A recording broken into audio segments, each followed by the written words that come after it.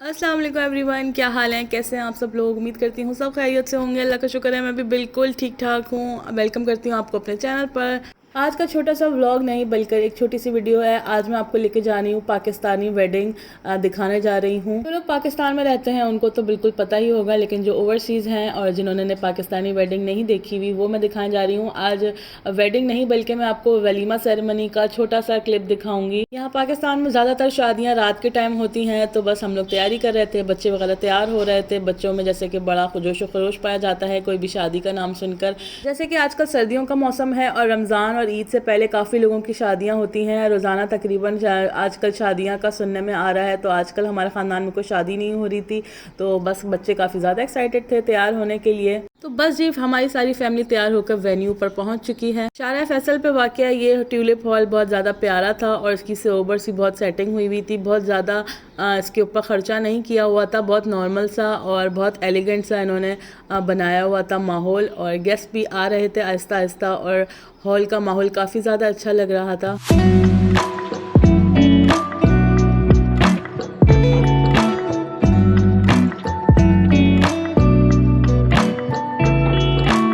अभी दुल्हा दुल्हन की एंट्री होने में थोड़ा सा टाइम था, इसलिए हमें वीडियो बनाने का मौका भी मिल गया। और बच्चे यहाँ पर खूब एंजॉय कर रहे थे स्टेज वगैरह पे चढ़कर। काफ़ी बच्चे अपनी पिक्चर्स वगैरह ले रहे थे।